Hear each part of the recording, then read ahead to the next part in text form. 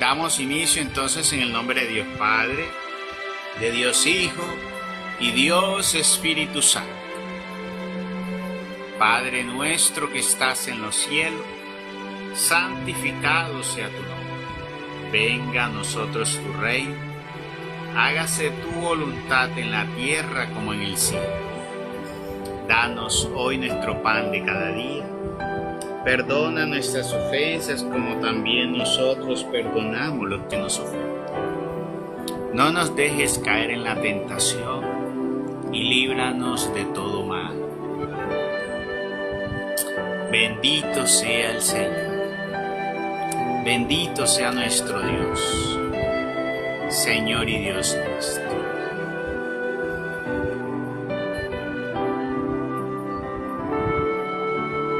Gracias a ti, hermoso Dios, una noche más, en tu nombre nos reunimos, para adorarte, para exaltarte, para glorificar. Amado Dios, queremos ponernos bajo tu amparo y en tu gracia, Señor. Te pedimos, Señor, que perdone nuestras culpas y pecados, nuestras ofensas, Señor. Nos lave, Señor, de nuestros múltiples delitos de pecado. Porque como dice tu palabra, Señor, a lo que es rojo escarlata tú lo puedes poner blanco como la nieve. Nuestra vida, Señor, ha estado, Señor, rojo escarlata. Queremos estar, Señor, blanco, resplandeciente, Señor. Transfigúranos, Señor, con tu Espíritu Santo. Llénanos de tu Espíritu Santo. Infúndenos ese calor del Espíritu Santo. Llénanos de sus manantiales. Danos a beber de esa agua bendita y pura que tanto necesitamos. Oh Señor Dios mío. Oh bendito Dios, Santo Dios, benignísimo Dios y puro Dios, amado Jesús de Nazaret, Señor mío y Dios mío. Mi alma te alaba, mi alma te glorifica, mi alma te ensalza. Bendito Dios, aquí estamos, hermoso Dios, una noche más. Queremos en tu nombre, amado Jesús de Nazaret, escudriñar tu santa palabra. Queremos, como hermanos unidos en la misma fe, venir, Señor, a adquirir de esa sabiduría divina. Venimos, Señor, a aprender de lo que verdaderamente debemos aprender. Esto no es vano, Señor, ni es letra muerta. Esta es la verdad. Esta es la palabra de vida. Esta es la palabra que sana, que libera. Esta es la palabra que nos fortalece. Señor, nos disponemos para que hermoso, bello Dios, siga sobrando en nuestra vida. Como hasta el momento, Señor, hemos sentido que ha sobrado sobre nuestra vida. Porque estábamos en camino de muerte, Señor, y en abismos de perdición. Pero tú nos has sacado, Señor, y nos has permitido ahora a nosotros tener nuevos días, nuevos amaneceres, sentir y vivir diferente. Y gracias te damos, Señor, porque hoy podemos certificar y testificar que tú eres un Dios vivo, que tú eres un Dios poderoso, que tú eres un Dios grandioso, que verdaderamente te manifiesta para hacer que nuestra vida, Señor, sea un remanente, Señor, de gozo, de amor y de paz. Yo certifico y testifico, Señor, que tú estás vivo, que tú sanas, que tú liberas, que tú, Señor, das nueva vida, que tú eres esa vida y vas dentro de nosotros, Señor. Danos para tener un nuevo amanecer, para vivir cada día, Señor, Aún en medio, Señor, de los momentos difíciles ya no son iguales. Porque ya vivimos los momentos difíciles con una fe, Señor. Y los momentos de bendición, Señor, y de abundancia los recibimos con gozo sin ufanarnos, sin prepotencia, Señor, y sin sentirnos, Padre, que somos más. Porque tú, hermoso Dios, has permitido que gocemos de la abundancia y de la no abundancia, Señor. No podríamos decir escasez, hermoso Dios, porque tú no nos has dejado, Señor, vivir en la mendicidad. Porque a pesar de todo lo malo que hemos hecho, Señor, nos has permitido tener lo necesario, Padre, para vivir. Y hoy, Señor, en ti podemos darte gracias porque nos sentimos bendecidos, Señor. Porque nos sentimos ricos. Porque nos sentimos abundantes. Porque nosotros sabemos ahora, Señor, cuál es la verdadera riqueza, cuál es la verdadera abundancia. Tú eres ese tesoro. Tú nos das de ese tesoro. Y lo tenemos, Señor. Tú nos los has dado por misericordia, no porque lo hayamos ganado. Porque así te ha placido, Señor. Así ha sido, Señor, tu amor por nosotros. Que nos has tomado y nos has llevado, Señor, a tus brazos, así como la gallina reúne a sus polluelos. Así, Señor, tú nos has cogido para reunirnos en tu santo nombre. Y todos, Señor, podamos recibir de ese calor tuyo, de ese amor tuyo, de esa oportunidad. Y sentirnos, Señor, nosotros hijos del Rey como verdaderamente somos. Porque, Padre, somos hijos del verdadero Rey. No somos hijos de reyes de la tierra, somos hijos del verdadero y único Rey. Somos hijos del dueño de todo. Tú, hermoso Dios, eres el Señor y Creador. Y un día nuestros ojos, hermoso Dios, han de ver toda tu hermosura y grandeza. Lo que tú eres, Señor, y lo que hiciste, Señor, para nosotros, como lo hiciste al principio, Señor. Porque lo que ven nuestros ojos, Señor, ha sido derruido, Señor. En realidad solo es una sombra de lo venidero. Solo es una muestra oscura, Padre, de lo que verdaderamente, Señor, es una obra perfecta como la vas a mostrar tú, Señor.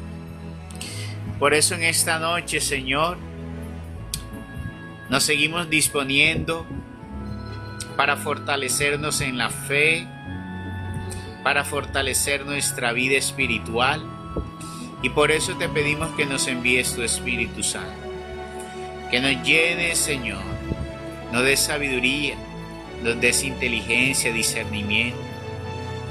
Llévate toda perturbación.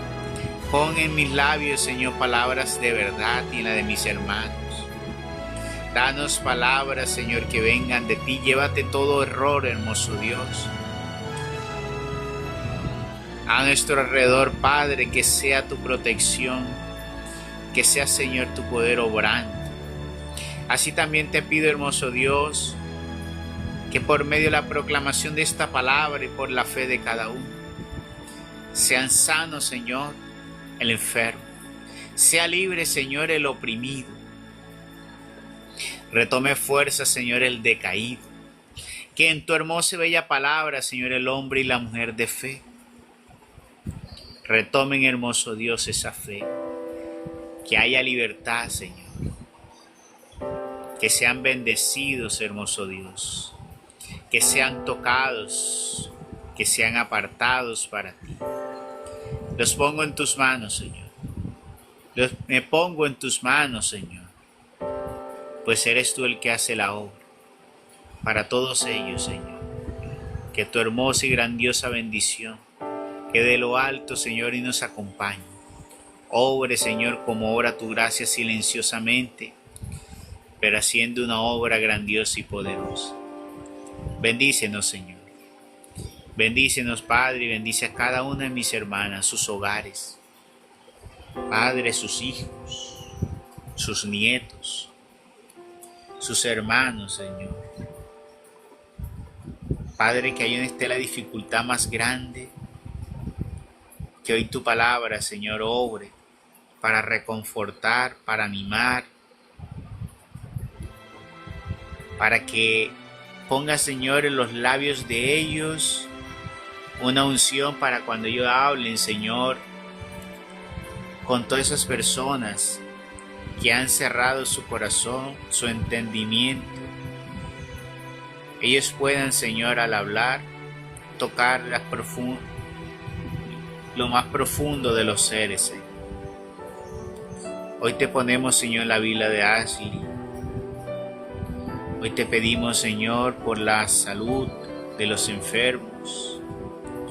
Hoy te pedimos, Señor, por esa nieta, Señor, que ha desalojado su hogar en su necedad. Hoy te ponemos por esos jóvenes que se quieren perder, Señor, en el mundo. Hoy te oramos, Padre, ten misericordia, Señor. Padre, dale luz a sus ojos, permítele que comprenda y entienda. Padre, protégela de la prostitución, de la drogadicción, de las pandillas. Protege, Señor, de todo mal camino. Anula toda rebeldía, Señor. Toda desobediencia, Padre, que nace en estos jóvenes, hermoso Dios. Y me uno así a las oraciones de esos padres y madres que oran por sus hijos, para que no caigan en camino de perdición. Ten piedad, Señor, te pedimos. Ten piedad, Señor. Ten piedad, amado Jesús de Nazaret. Bendito Dios, que son jóvenes que apenas están conociendo de la vida, Padre. Ten piedad y misericordia. Dale también, Señor, a sus padres las palabras sabias para hablar, para poder dirigirse, Señor, para afrontar los momentos difíciles. Dale sanidad a los corazones, hermoso Dios. Llénanos de ti. Llénanos de tu sabor, llénanos, Señor, de tu verdor. Embriáganos en tu vino, hermoso Dios, danos tu descanso. Haz estallar nuestro corazón de gozo y de amor, Señor. Oh, hermoso y bello Jesús. Qué bello es estar contigo y a tu lado. Y así queremos gozarnos, Señor. Bendito seas mi Señor. Bendito seas mi Rey. Toda adoración, toda alabanza, todo poder y toda grandeza le doy a ti en el nombre de Cristo, Señor y Dios nuestro. Amén. Bueno, vamos a leer entonces. Abre, Señor, mis labios y mi boca proclamará tus alabanzas. Josué, pues, levantándose antes del día, movió el campo y saliendo de Setín, llegaron al Jordán, él y todos los hijos de Israel, y se detuvieron allí 3 días. Pasados los cuales dieron los heraldos una vuelta por medio del campamento.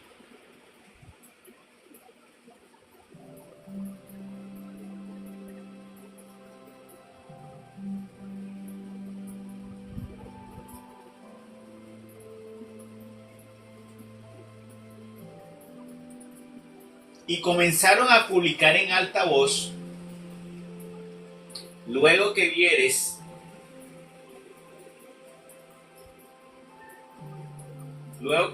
moverse el arca del testamento del Señor Dios vuestro, y que marchan los sacerdotes del linaje de Leví que la llevan, levantad también vosotros el campo y marchad en pos de ellos. Mas haya entre vosotros y el arca el espacio de 2000 codos. 2000 codos. A fin de que la podáis ver de lejos y saber el camino por donde habéis de pasar. Pues no habéis andado antes por él. Pero mirad que no os acerquéis al arca. Y dijo Josué al pueblo: santificaos. O sea que esa palabra santificar tal vez es purificarse. Santificaos, porque mañana ha de obrar el Señor maravillas entre vosotros.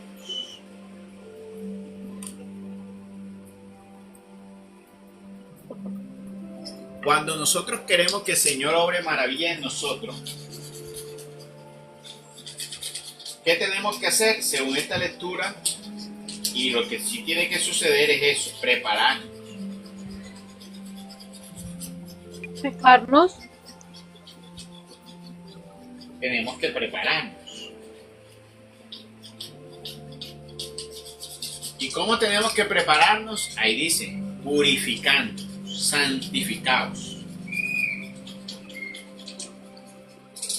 para así poder recibir, para así poder conquistar.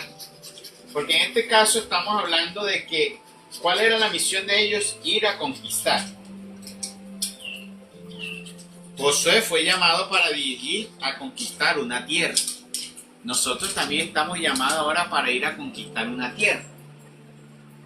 Entonces, esa escena que nos está mostrando el Antiguo Testamento, que era lo que Dios pedía para ir a conquistar una tierra, nosotros sabemos que tenemos que analizarla en el contexto de que nosotros estamos llamados también para una guerra y ganarnos un territorio. No porque en ese territorio donde nosotros vamos a ir está el enemigo con toda la gente, sino porque él estuvo y no quiere que nosotros lleguemos allá. Entonces la guerra nuestra es para llegar allá. Por algo el Evangelio nos muestra que ese es un camino angosto y difícil, donde el Señor nos invita a perseverar. Nos invita a que perseveremos, que debemos ser perseverantes hasta el final, porque solo los que perseveren hasta el final se salvarán. Entonces, nosotros vamos en camino, vamos a encontrar en el camino un combate espiritual. Vamos a encontrar unos enemigos, porque vamos a conquistar una tierra que el Señor nos prometió, así como se lo prometió a los antiguos. Ahora nos prometió a nosotros también una tierra. Pero para eso es algo muy importante. ¿Y qué es lo importante? Según lo que acabamos de ver aquí, ¿qué debemos hacer entonces?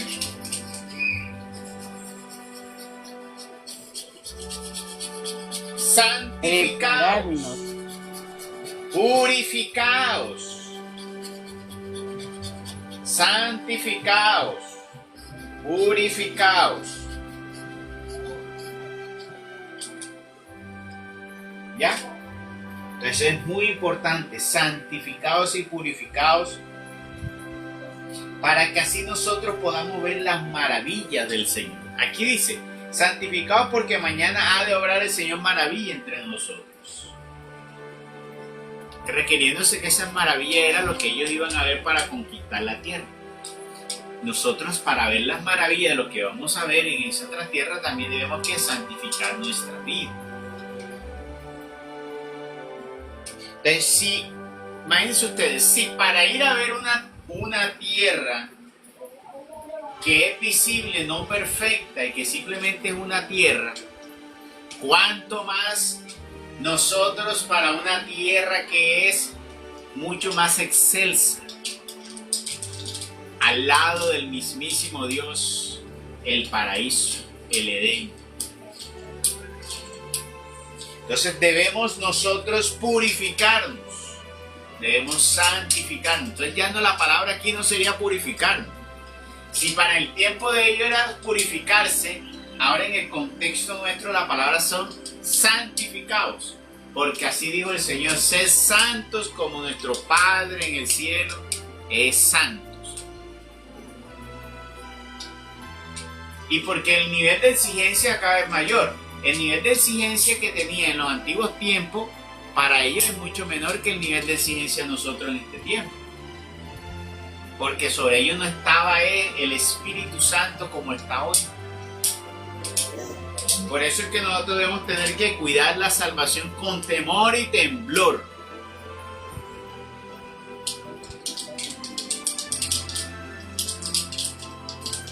Pero no escondiéndonos. Entonces dices tú, bueno, yo para cuidarlo, entonces yo mejor me voy a quedar aquí guardadito para no. Porque el Señor dice, no hizo lámparas para que estén debajo de la mesa escondidas, sino para que estén en lo alto. Lo que tenemos que hacer entonces es saber en qué momento tenemos que salir y cuándo nos tenemos que guardar.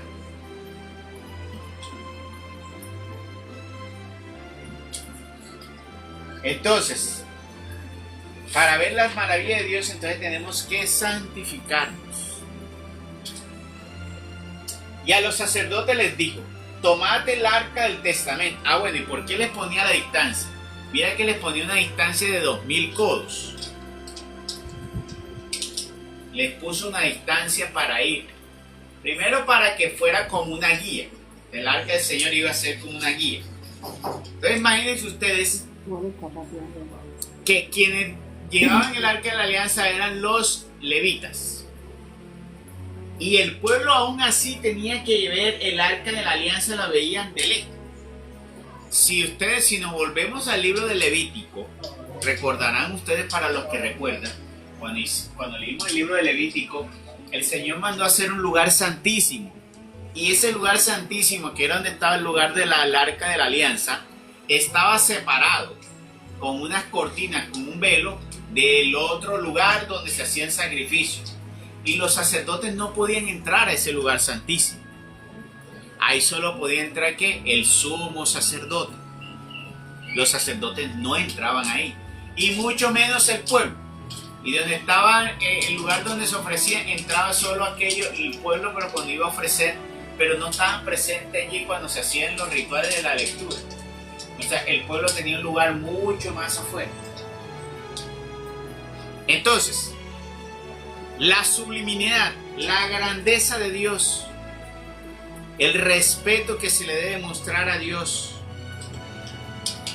y cuánto nosotros, por nuestra condición, a veces es mostrando la distancia que nosotros hemos creado con Dios por nuestro pecado, que no somos a veces tan dignos por nuestra condición de pecador, de estar cerca de Dios. Recordarán ustedes, para las que han escuchado algunas de las veces que el Señor ha tomado a Francisco, ¿qué ha dicho el Señor a veces? Pide que se aparten de Él. Y yo recuerdo que alguna vez Él dijo que se apartaran de Él porque no soportaba el pecado de las personas. Sí, así dijo. Y otra vez cuando llegó el Padre también dijo que nos descalzáramos, que nos quitáramos los zapatos. Entonces miren que la carga del pecado hace que que Dios pueda sentir, por decirlo así, un hedor, una oscuridad, algo, pero eso nos mantiene una distancia, y esa distancia. Por eso esas cosas son tan sublimes, lo que tiene que ver con las cosas de Dios. Y mira, los sacerdotes han perdido esa sublimidad, que ahora todo el mundo ponen a repartir la comunión, a todo el mundo, cuando eso debe ser algo supremamente grandioso, solo para que ellos, la dignidad que han recibido, puedan dar. Pero no, ahora cualquiera ponen ahí a repartir la comunión, y mucho más ahora que mujeres. Sacerdote donde fui el domingo, que va a ser ¿cómo es que? me dio una tristeza que yo me salí. O sea, yo no me esperé los avisos parroquiales de ellos, no sé. Sobre todo después lo que dijo, cuando dijo que él, el día de Semana Santa, el jueves, que es el jueves, es el de lavado de los pies, que él la va a hacer ahora con mujeres, porque la iglesia está ahora siendo inclusiva con la mujer. Me dio a mí una cosa que uno dice, qué tristes, poner ahora que las mujeres de apóstol.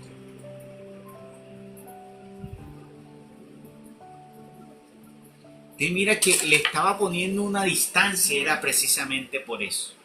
Solo los sacerdotes levitas eran los únicos autorizados para estar cerca en ese servicio. Así también es hoy con la comunión, solo ellos pueden entregar. Y hay que defender cada vez más de que solo el hombre puede entregar hecho. Hace unas semanas atrás estaba orando donde un vecino. Fuimos a orar donde un vecino. Y aquí en el barrio hay una señora que es como la que hace el contacto de la parroquia con el barrio. Ella es la que organiza la... Y recuerdo que estábamos hablando allí y el señor que estábamos orando, estaba enfermo, dijo que le había ido a entregar la comunión a una señora y que él se sintió como extraño y le dijo a la señora, no, dile a la señora que hace el contacto que ya no mande más a esa otra señora, que mejor mira a ver si va a recibir sacerdote, pero que usted, yo le dije, no, que usted no debe recibir de ninguna mujer, no vuelva a recibir la comunión de ninguna mujer. Entonces ella me miró así y me dijo, ¿cómo? Pero si el Señor le dio dignidad a la mujer. Y yo le dije, sí señora, le dio dignidad, pero nunca le dio el sacerdocio. Santo remedio. Vea, Dios elevó a la mujer en la Virgen María en un pedestal, las hizo reina, las hizo madre. Le dio el don grandioso de llevar allí procrear en su vientre. Le va a darle de ser reina. Pero no les dio el don del sacerdocio. No se lo dio. Y el sacerdote no lo puede dar. Porque Dios se lo dio a él no para que lo dé a otro. Ni mucho menos para entrar ahora en teorías de inclusión. ¿Y usted sabe por qué están ahora en la teoría de la inclusión ellos? Porque se están dando cuenta que se están quedando solos y como la que, dígame usted va a los días, en la semana va usted a la iglesia, ¿quiénes van? Puras mujeres. Ellos se ponen a pensar que si ellos alejan a las mujeres, ¿qué va a pasar? Se van a quedar totalmente solos. Ellos tienen miedo de quedarse solos. Ponen tantas mujeres a hacer cosas allá en el altar. Entonces, ¿qué pasa? Tienen miedo de quedarse solos, quedarse sin moneda, porque esas mujeres también son las que van a dar en la moneda. Porque yo voy a ver allí, en la parroquia de aquí, donde yo pertenezco, por decirlo así, en ese grupo parroquial donde están representantes por cada barrio, yo no veo hombres ahí. Pura mujer. Ahí está. Entonces por eso las quieren empoderar, para tenerlas que más cerca. Entonces ahora la están supuestamente preparando. Entonces ahora ya le pusieron un vestidito para que fueran y leyeran. Entonces ahora la están organizando y todo eso. Pero ya sabemos que no tienen la autoridad y que no deben darlo, ni nosotros darlo por parte de ellos. Porque así como Dios en el antiguo, si era en el antiguo, y para él era mantener esa distancia, pero mantener esa distancia era por la santidad de él y porque el pueblo no estaba capacitado para estar en esa presencia, porque mira que ellos no podían entrar a ese lugar, porque era algo sublime. Así debemos creer hoy en día que eso es algo sublime, que eso no es algo simplemente ¿para qué? Como la entrega de entregar simplemente un pan, ¿no? Muy triste que suceda eso. Entonces, dice en el versículo 6, y a los sacerdotes les dijo, tomad el arca del testamento e id delante del pueblo, los cuales haciendo lo que se les mandaba, la tomaron y se pusieron en marcha delante de ellos. Porque supuestamente el sacerdocio debería ser los que guíen, los que vayan adelante guiando. Pero mire que hay muchos que hoy no son esa guía. Por eso hay que estar despierto, porque muchos de los que hoy parecen ser guías, los que son es que están llevando es por otra guía. Porque mire, ese sacerdote hablando de la inclusión, que hay que entrar ahora a la iglesia en la inclusión. Me gustó mucho las palabras de un cardenal que dicen por ahí que es uno de los que podría quedar de papa. Pero en el hombre que es muy conservador, o sea, de la línea diferente a la actual. Que decía que la iglesia no es una institución para estar buscando, implementando planes de justicia social y de migración para las personas y cuestiones del medio ambiente. La iglesia fue creada simplemente para buscar darle salvación a las personas. Y eso es cierto. Están desfigurando la iglesia, tratando de darle a la iglesia aceptación para que la gente llegue. Te buscan una iglesia que sea decorativa, una iglesia que sea que figure, una iglesia que sea de eventos, que sean de eventos, de darle música, de darle vivacidad, pero no de las cosas de Dios, sino cosas para atraer. Mire que ya hoy vemos en los protestantes iglesias discotecas. Ahí vemos también a los sacerdotes los sábados de gloria, traen bandas a tocar allí. ¿A dónde me dejan ustedes la famosa fiesta esa de, ¿cómo es que es? El Isidro. Llevan el Isidro. El de por acá, hay eso. ropero. Hace X que el ropero, hay remate, que ropita, que las empanadillas le están llamando a gritos, dice por la mañana los domingos.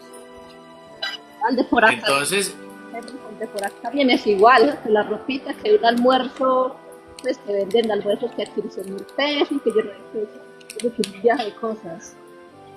bueno, imagínense ustedes. Entonces, ahí estamos viendo eso.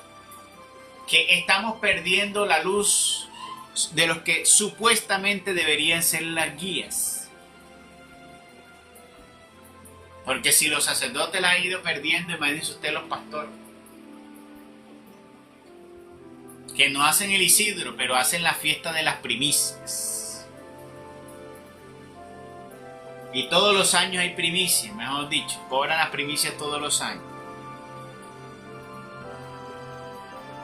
Por ahí estaba viendo un video de donde un pastor pentecostal estaba haciendo una denuncia porque el dinero que él enviaba a sus líderes, tuvieron un conflicto con los predios que compraron para la iglesia y la plata que enviaban los líderes.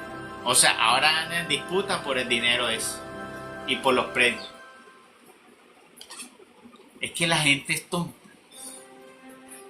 Ya debe despertar. ¿Esos predios a nombre de quién quedan? ¿A nombre de quién? Del pastor. Porque eso no queda a nombre de la comunidad, eso queda a nombre de qué? Del pastor. Y ahí están. Le están haciendo las cosas, pero siguen y siguen allí. Entonces tenemos que despertar y darnos cuenta. Entonces, que hoy los líderes están como en los tiempos cuando vino nuestro Señor Jesucristo. Precisamente el Evangelio hoy decía eso. Vayan y escúchenlos, pero no sean como ellos. Así les digo el Señor hoy. ¿Sí o no? En el Evangelio de hoy. El Evangelio de hoy habló mucho sobre el Mateo 23. Sí, es que les dijo eso. Sobre lo de que los escribas se sentaban en la cátedra de Moisés. Ah, pero Henry, pero es que ellos lo leen y a ellos no les cae supuestamente. Ellos leen para las demás, a ellos no les cae. Según ellos, pues. Y mira que dice,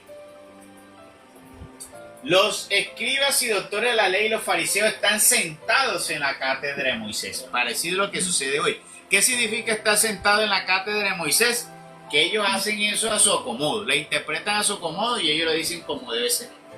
Claro, como les convenga. La han desdibujado, la han cambiado, la han malinterpretado. Todos esos escribas, ¿quiénes son? Los teólogos de hoy, esos que se hacen llamar doctores, que especialistas, los protestantes famosos en queriendo hacerse llamar apóstoles, maestros y todo eso. ¿Ya? Entonces dice, se sientan en la cátedra de Moisés. Hoy también se sientan en la palabra de Dios, interpretado ahí a su acomodo, como ellos quieren. Tanto si en la iglesia lo hay, también los pastores, interpretando cada quien como quiere. Ahora cada quien tiene el derecho de fundar su propia iglesia y tener sus propias leyes y tener su propia doctrina. Y ahora lo que hacen es que cada quien, para llevar la fiesta en paz, nos hacemos amiguitos. Entonces forman ahora las comités o forman como asociaciones de iglesias. Entonces hay asociaciones de iglesias evangélicas. Entonces hay distintas denominaciones y ahora se reúnen, pero cada quien con credos diferentes. Porque hay uno que dice una cosa y el otro dice otra cosa. Y eso es peligrosísimo, más peligroso todavía. Entonces el Señor le decía, practicad pues y haced lo que ellos dijeren. Mira. Oye, ¿cómo pueden uno hacerle entender eso a ellos? Porque ellos emitieron juicio contra el sacerdocio. Ahí es donde uno dice en qué momento Dios le dio la autoridad a ellos. ¿Será que porque Lutero emitió juicio contra el sacerdocio, ellos creen que él hizo bien? Pues no, Lutero nunca recibió la autoridad de Dios para emitir juicio del sacerdocio. Él se tomó la autoridad de establecer un juicio que Dios no le ha dado a él. Porque nadie ha recibido la autoridad para establecer juicio. Y mira que el Señor les dijo fue, escúchenlos a ellos y hacer lo que ellos os dijeren cuando tenga que... Claro que aquí no dice exactamente eso. Pero cuando el Señor dice hacer lo que ellos dijeren, significa que hagan lo que ellos dicen mediante la palabra. Porque el Señor dice, pero ojo, no hagan lo que ellos hacen. ¿Qué le está diciendo el Señor? Entonces, escúchenlos a ellos. Ellos son lo más incoherente. Ellos no son buen guías. Ellos no son buenos ministros. Ellos no son buenos ejemplos. Pero ellos son los ministros hasta el momento. Vayan y escúchenlos. Pero no hagan eso que ellos hacen. No tomen ese mal ejemplo que ellos tienen. Pero escuchen lo que ellos dicen de la palabra de Dios, fue lo que el Señor dijo. Queriendo con eso nosotros poder decir, no debemos nosotros comenzar a crear división. Eso déjaselo a Dios el juicio. Es de Dios el juicio, no del hombre. Y ese es el gran problema que hoy tienen los hermanos protestantes. Están estableciendo juicio desde Lutero para acá.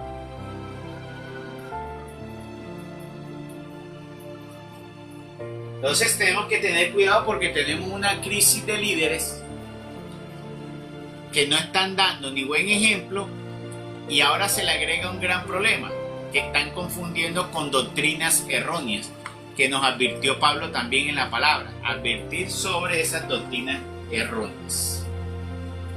Listo. Se me olvidó el nombre ahora. ¿Cómo es que el nombre del cuñado suyo, doña Claudia? Se me olvidó el nombre ahora. Faber. Cuando terminemos te envío la foto.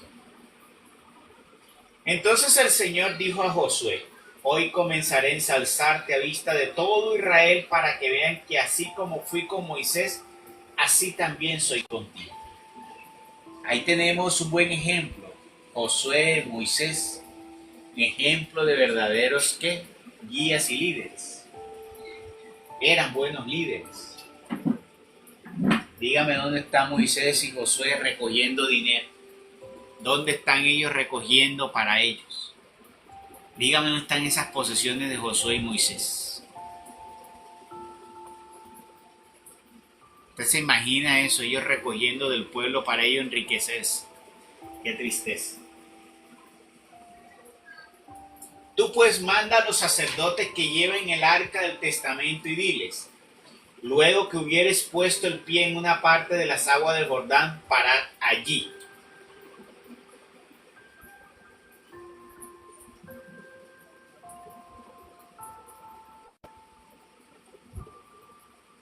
Ahora, ese movimiento dice, tú pues manda a los sacerdotes que llevan el arca del testamento y diles: luego que hubieres puesto el pie en una parte de las aguas del Jordán, parad allí. Entonces miren que ellos llevaban el arca de la alianza y solo por llevarla, como ellos cuando pusieron el pie sobre el agua, se manifestó una grandeza de Dios. Solo por tener allí el arca.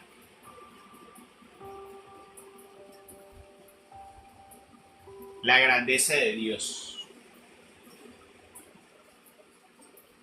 Y a los hijos de Israel les dijo Josué: llegaos acá y oíd las palabras del Señor Dios vuestro.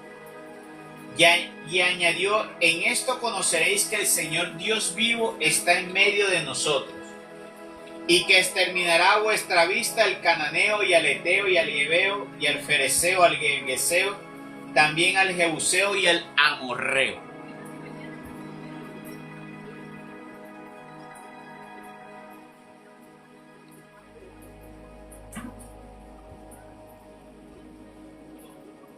Mirad, el arca del testamento del Señor de toda la tierra irá delante de vosotros por medio del Jordán para abriros el paso.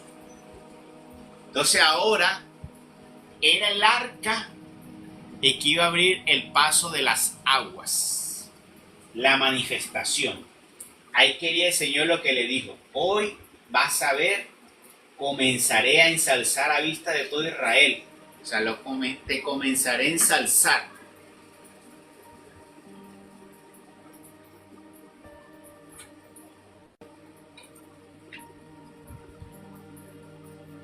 Entonces ahora pasando el arca iban ¿qué? A abrirse las aguas para ellos pasar. Tened prevenidos 12 varones de las tribus de Israel, uno de cada tribu.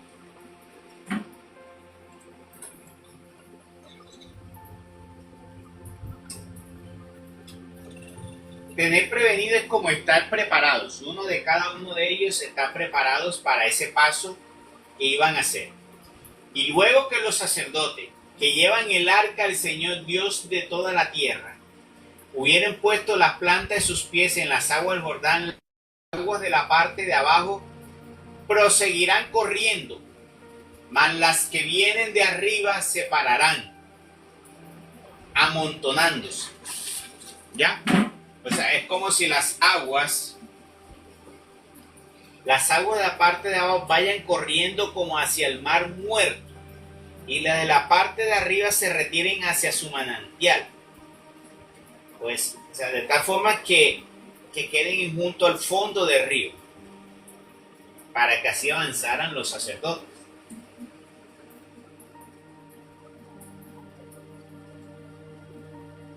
Salió pues el pueblo de sus tiendas para pasar el Jordán, y los sacerdotes que llevaban el arca del testamento marchaban delante de él. Y luego que estos entraron en el Jordán y comenzaron sus pies a mojarse en parte del agua, es de advertir que siendo el tiempo de la siega, el Jordán había salido de madre. ¿Ya?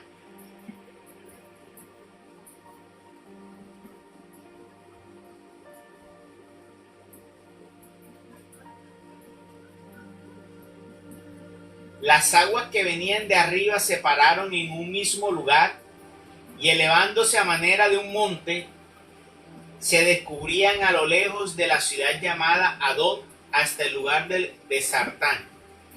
Mas las que iban corriendo hacia abajo fueron a desembocar en el mar del desierto, que ahora se llama Muerto, hasta desaparecer enteramente. Mientras tanto el pueblo iba marchando hacia Jericó, y los sacerdotes que llevaban el arca de la alianza del Señor estaban a pie quieto y a la orden del Señor, sobre el suelo enjuto, en medio del Jordán, y todo el pueblo iba pasando por el albeo del río, que había quedado en seco, o sea, por el alrededor del río, cerca de allí.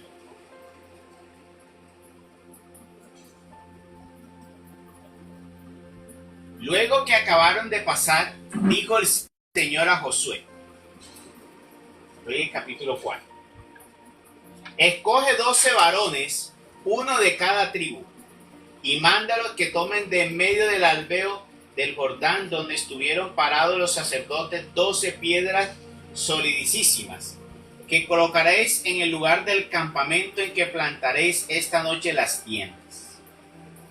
Llamó pues Josué a los 12 varones que había elegido entre los hijos de Israel, uno de cada tribu, y les dijo, id delante del arca de Dios vuestro al medio del Jordán, y traed de allí una piedra cada uno sobre vuestros hombros, conforme al número de las tribus de los hijos de Israel, para que sirvan de monumento entre vosotros.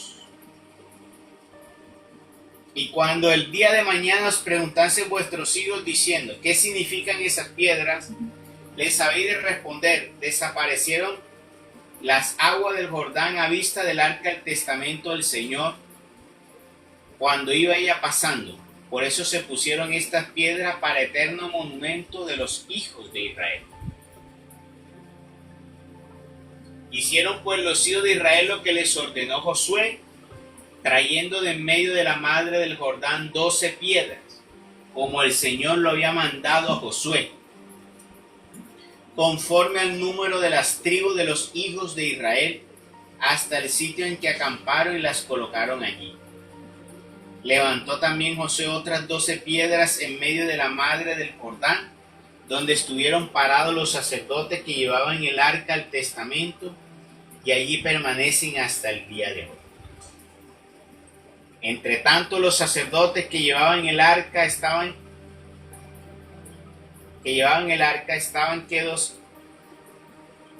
que en medio del Jordán,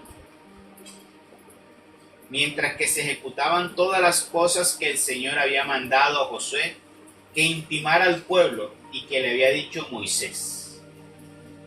Y el pueblo se dio prisa a pasar el río. Pasado que hubieron todos, pasó también el arca del Señor, y los sacerdotes marchaban con ella delante del pueblo. Asimismo, los hijos de Rubén y de Gad y la media tribu de Manasés iban armados al frente de los hijos de Israel, como les había mandado Moisés. Y estos combatientes, el número de 40,000, iban delante ordenados en filas y columnas por las llanuras y campos de la ciudad de Jericó. En aquel día engrandeció el Señor a Josué delante de todo Israel, para que le temiesen o respetasen, como había temido a Moisés mientras vivió. Y le había dicho el Señor, manda a los sacerdotes que llevan el arca del testamento que salgan del Jordán. Josué se lo mandó diciendo, salid del Jordán. Y luego que salieron llevando el arca del testamento y comenzaron a pisar la ribera, volvieron las aguas a su madre y corrieron como solían antes. Mire que hay algo importante aquí. El Señor con todo esto,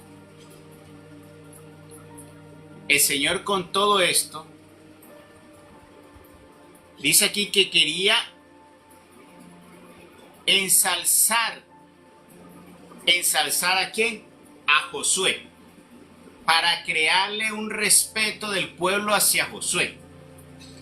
Y una de esas formas era mostrar que Josué tenía la comunión con Dios. Quiere decir que una forma en que nosotros, muchas veces, porque hay personas a veces que escuchan a uno y no escuchan al otro. Porque a veces hay algo que se llama, ahí hay un misterio que se llama el respeto, que a veces también hay una gracia que tienen algunas personas, es de ganarse ese respeto. Pero más por las acciones a veces es que tienes una gracia delante de ti que te hace ganar rápido la confianza de otros y el respeto.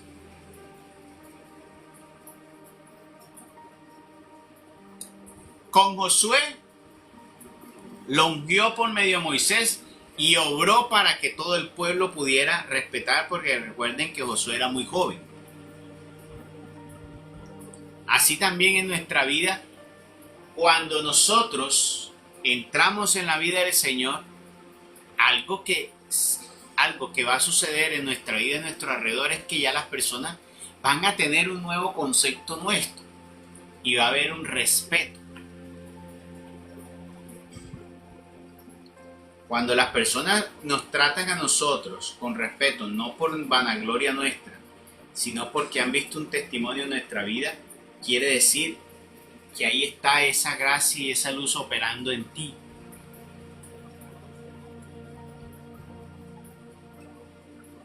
Eso es una de las cosas que pone el Señor a nosotros, porque está respaldando el testimonio nuestro.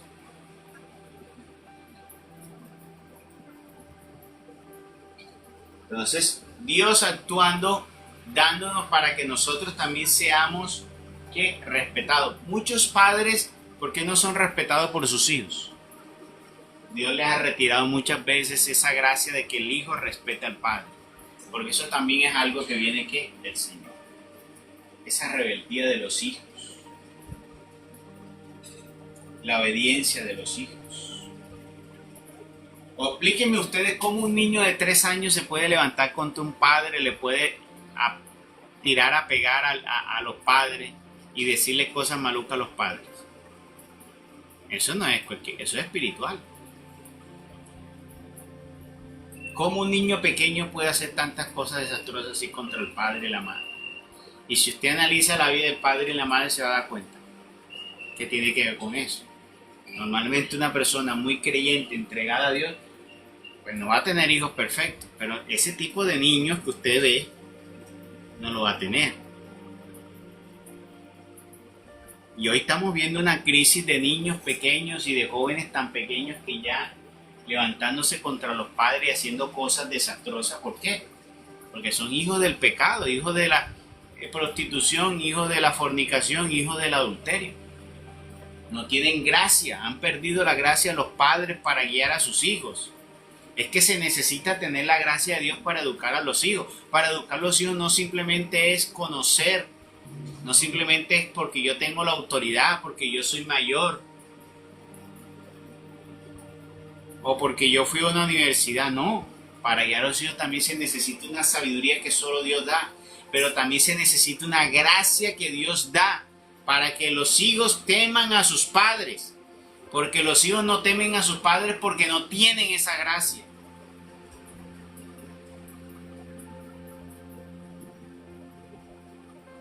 Entonces, esa gracia paternal que le quería dar Dios a Josué es para que todo el pueblo temiera a Josué. Eso era algo que Dios estaba haciendo en él para mostrar. Así Dios también va a mostrar en nuestra vida cosas. ¿Para qué? Para que otros adquiramos el respeto. Pero es algo que debemos asumir con humildad, con sencillez.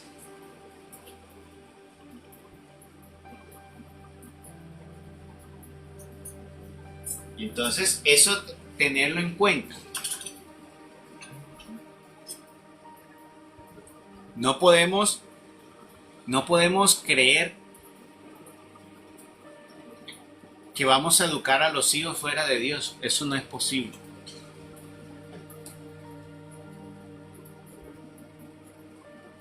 Necesitamos de Dios.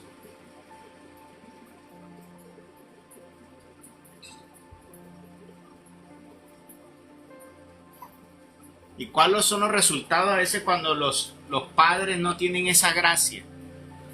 hijos en pandillas, hijas en prostitución, hijos viviendo en la fornicación, sin temor de Dios, sobre todo sin temor de Dios. Porque tú puedes decir, mira, cuántos hijos de ricos, esos no creen en Dios y sus hijos no están en pandillas, no están en drogadicción, pero no tienen temor de Dios. Y viven en corrupción, se vuelven miserables, se vuelven engreídos, soberbios, en fin. Entonces, Dios actúa en nosotros como padres. Es importante que sepan, esa gracia nos la da Dios, así como quiso respaldar a Moisés, lo hace con nosotros los padres, para que cuando uno le habla al hijo haga caso. Hay padres que le dicen a sus hijos, venga, ¿y qué pasa? Son como esos perritos que le dicen venga, y el perrito ¿qué? Sí, y ellos así no le hacen caso a los padres. En cambio, porque hay otros padres que dicen venga y enseguida viene, siente la autoridad del hijo y enseguida. Eso también viene de Dios.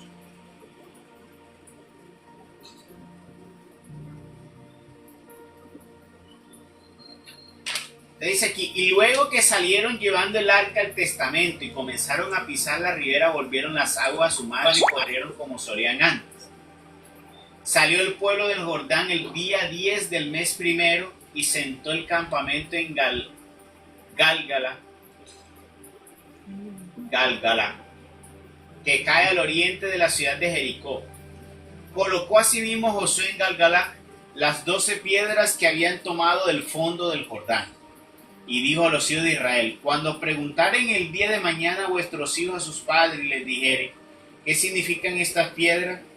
Los instruiréis y diréis que a pie junto pasó Israel ese Jordán, secando el Señor Dios vuestro sus aguas a vuestra vista, hasta que hubieseis pasado, a la manera que primero lo había hecho en el mar rojo, al cual secó hasta que nosotros pasamos, para que reconozcan todos los pueblos de la tierra la mano toda poderosa del Señor, y nosotros asimismo temáis en todo tiempo al Señor Dios vuestro. ¿Cuál es la finalidad? Mira que lo está diciendo. ¿Cuál es la finalidad entonces de todo esto? Que el Señor busca que en todo su pueblo, exista el santo temor. Vean, en estos días analizaba algo que yo digo, así debe ser tal vez el pensamiento de Dios. Dios ha puesto ciertas cosas que simplemente es para mirar la obediencia, porque para Dios la obediencia de sus hijos es, dice la palabra de Dios, que es como ese perfume grato que sube hasta Él. Yo recuerdo que hay un episodio, no sé si que lo estamos viendo en Levítico, donde lo leía yo, donde Dios puso a unas personas a hacer ciertas cosas que no me acuerdo cuál era, es que no tengo el episodio, pero uno decía, pero eso ¿de qué sirve en cuanto a lo que estaba Dios mandando hacer? Era simplemente para evaluar la obediencia de las personas.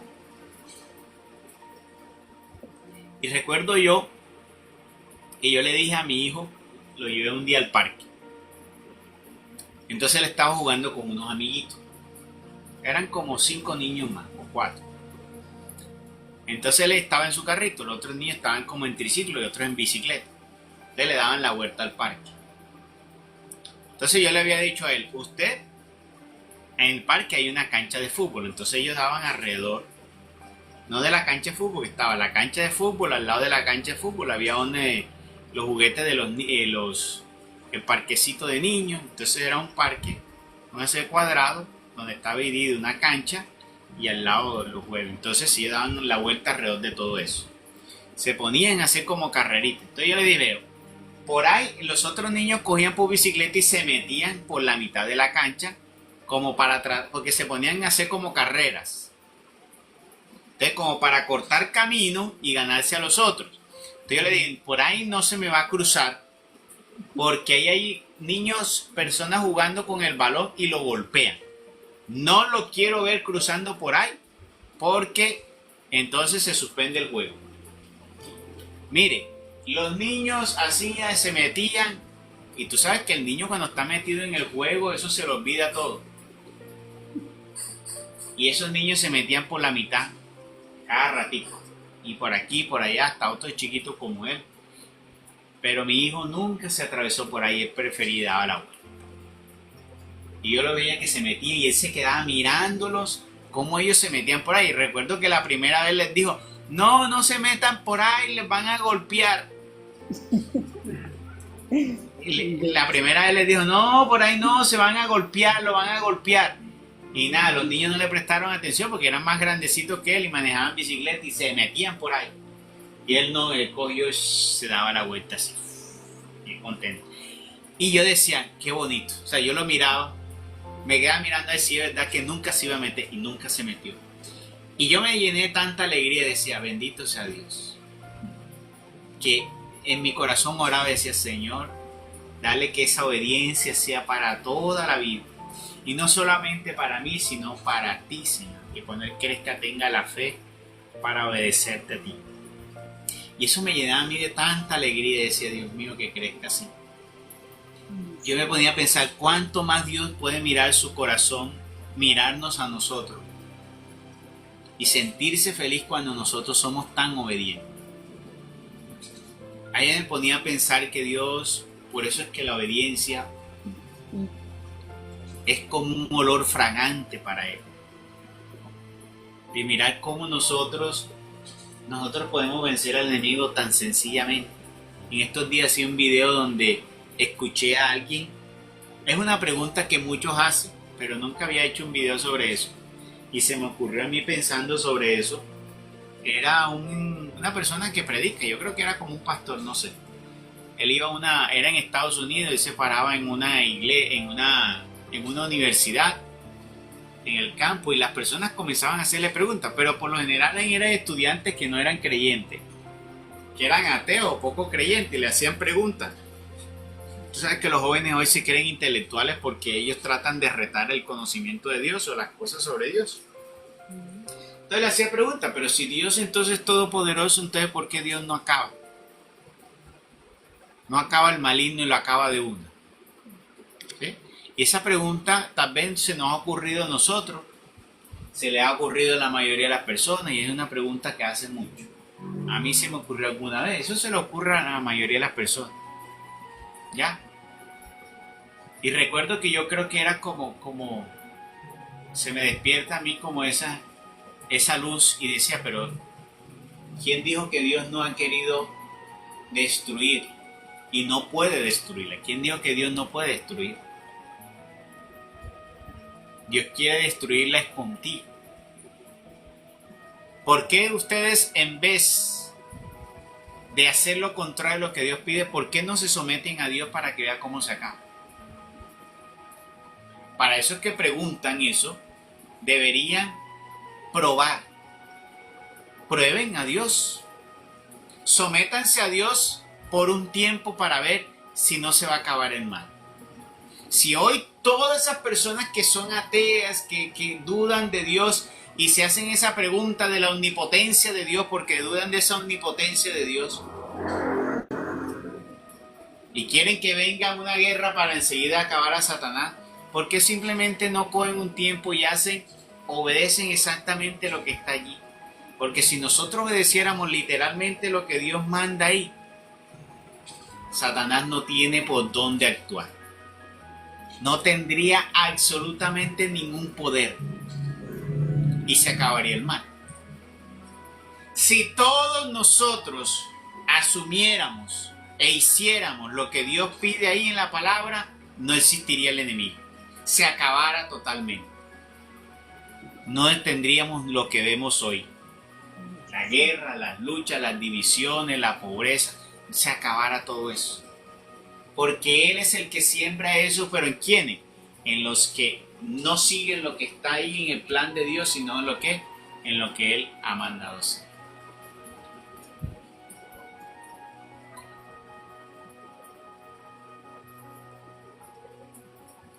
es en lo que Él ha mandado hacer. Entonces, si algo quiere Dios es que ese temor de nosotros. ¿Qué dice la palabra de Dios? El principio de la sabiduría, ¿cuál es? ¿Qué dice el proverbio? El principio de la sabiduría es que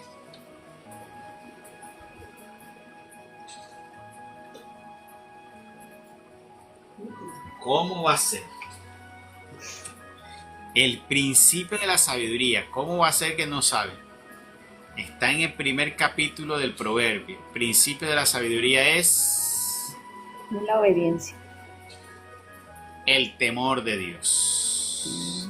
El temor de Dios.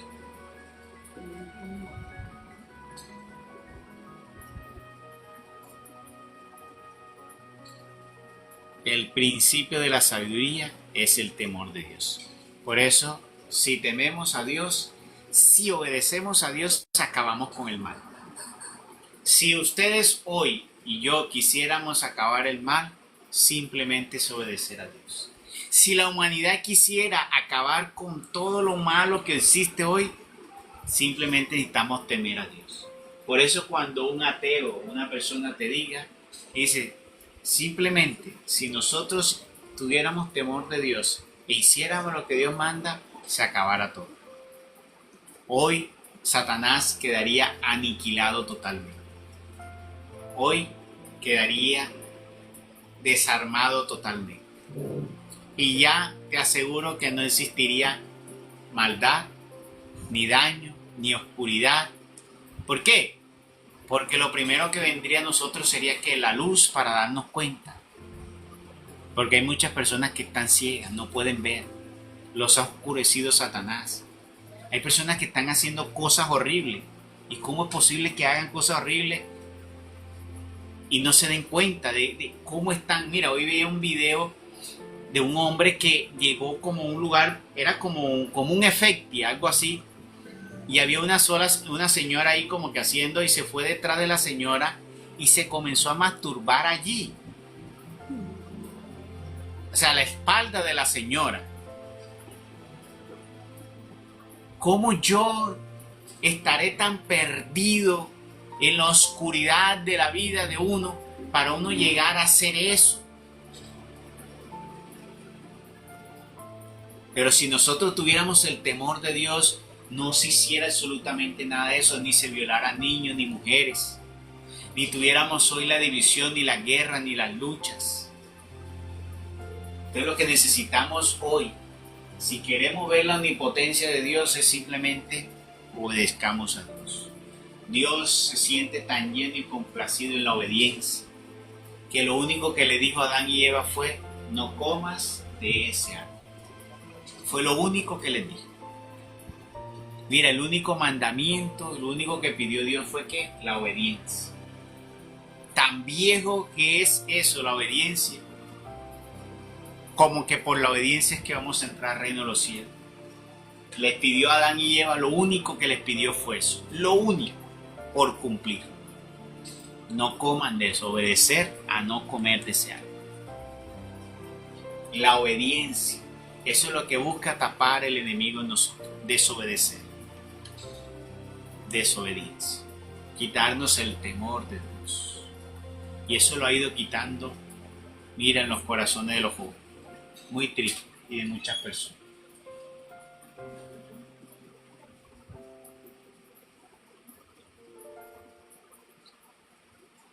Gloria al Padre, gloria al Hijo y gloria al Espíritu Santo, como era en un principio, ahora y siempre, por los siglos de los siglos. Amén. Bueno, aquí hemos terminado el capítulo 3 y 4 del libro de Josué. ¿Tienen alguna inquietud, pregunta, comentario adicional? Y algo que me llamó mucho la atención en el grupo de Walter, cuando Freddy dijo que nosotros somos, sí, que nosotros somos la sangre de Dios, la que Él derramó. Uy, Dios. Somos la sangre de Dios que Él derramó. Sangre de Dios que Él derramó. porque Él la derramó fue por nosotros. Así es, Él la derrama por nosotros. Y también dijo que si el Señor, que si el Señor nos hubiera enseñado el odio, odiaríamos, pero como nos enseñó fue el amor, por eso es que no amamos.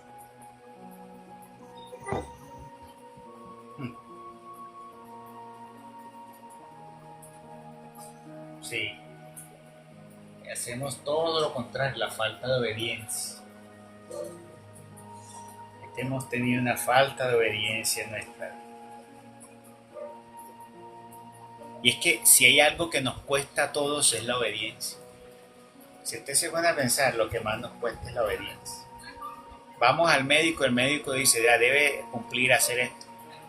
Uno no lo cumple. No coma esto y uno de lo come. Ah, que si me muera, que me muera llena. Exacto. Nos mandan un tratamiento, no hacemos el tratamiento. Vamos, bueno, en fin, muchas cosas que nos mandan a hacer y a veces nos saltamos esa obediencia.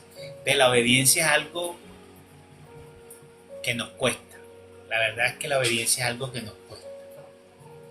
En todos los aspectos. Pero es muy importante la obediencia a Dios. Porque si así a nosotros como Padre nos hace sentir tan felices eso, pues cuánto más a Dios también, nuestra obediencia. Y si nosotros todos obedeciéramos, se acabaría el mal. Es que la forma de acabar el mal es tan sencilla. No tenemos que entrar en guerra, ni con espada, ni con pistola. Simplemente obediencia. ¿Ya? Obediencia a lo que Él pidió ahí. Se acabaría todo.